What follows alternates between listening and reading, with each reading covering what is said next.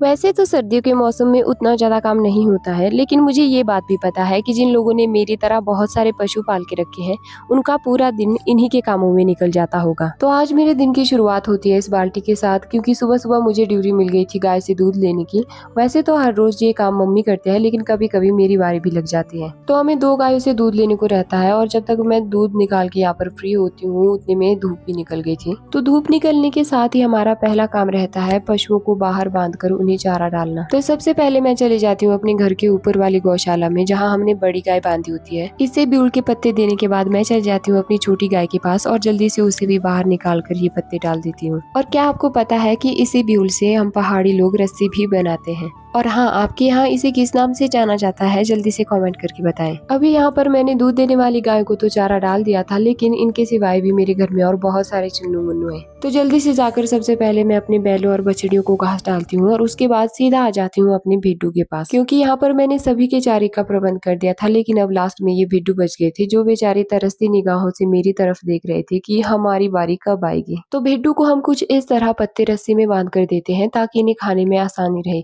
तो फाइनली अभी मैंने यहाँ पर अपने सभी पशुओं को चारा डाल दिया था, और अब मैं चल पड़ी थी अपने नेक्स्ट मिशन को कंप्लीट करने, जिसके लिए मुझे सामने दिख रहे खेतों तक जाना पड़ेगा, क्योंकि यहाँ पर मैंने रखा था सूखे घास का भूजा, जो कि मैं पिछले कल लेकर आई थी। और यहाँ पर आपको मेरी कलाकारी का एक छोटा सा नमूना भी देखने को मिलेगा। और यहाँ पर जैसे ही टिंकू को पता चलता है कि मैं कहीं जा रही हूँ, तो ये मेरे पीछे पीछे भागता हुआ आ गया। तो अभी मैं पहुंच जाती हूँ उस जगह जहाँ पर मैंने घास का बोझा रखा था, और अब बारी आ गई है आपको अपनी कलाकारी दिखाने की, जो कुछ और नहीं बल्कि ये घास का टेढ़ा मेढ़ा सा बोझा है, जो घर तक पहुंचेगा या नहीं इसे पीठ में उठाने के बाद ही पता लगेगा। तो बिना देरी किए इसे उठाकर मैं ले लेती हूँ घर की तरफ वापसी, और खुशकिस्मती से बिना किसी नुकसान के ये यहाँ पहुंच भी जाता है। तो जैसे ही मैं घर में पहुंचती हूँ, तो मैं देखती हूँ कि यहाँ पर हमारी गाय ने ब्यूल पूरी तरह से फिनिश कर दिया था। तो मैं उन सारी टहनियों को इकट्ठा करके बांध लेती हूँ, और जब ये टहनियाँ सूख जाती हैं, तो ये हमारे जलाने के काम भी आती हैं। उसके बाद घर आकर सबसे पहले मैं खाना खाती हूँ, और फिर दोबारा से मैं चली जाती हूँ गाय को दोपहर के लिए घास निकालने। फिर डंडा उठाकर मैं निकल पड़ती हूँ अपने पशु चराने।